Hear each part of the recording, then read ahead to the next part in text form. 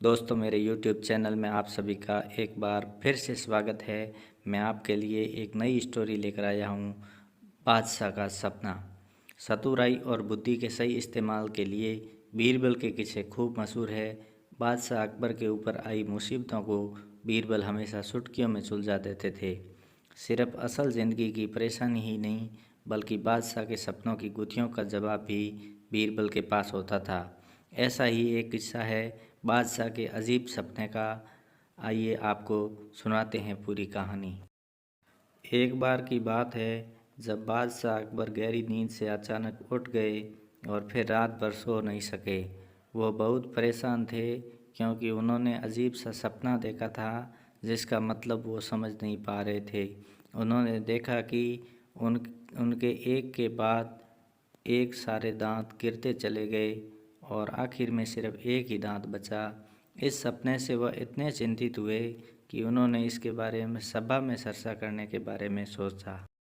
अगले दिन सभा में पहुंचते ही अकबर ने अपने विश्वसनीय मंत्रियों को सपना सुनाया और सभी से राय मांगी। सभी ने उन्हें सुझाव दिया कि इस बारे में किसी ज्योतिष से बात करके सपने का मतलब समझना चाहिए। बादशाह को भी यह बात सही लगी।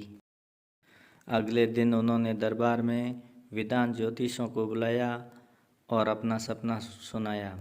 इसके बाद सभी ज्योतिषों ने आपस में विचार विमर्श किया।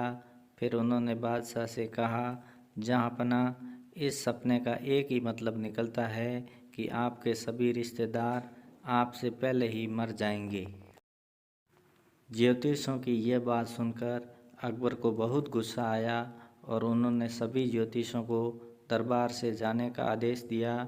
उन सभी के जाने के बाद बादशाह अकबर ने बीरबल को बुलाया और कहा, बीरबल, तुम्हारे अनुसार हमारे सपने का मतलब क्या होगा?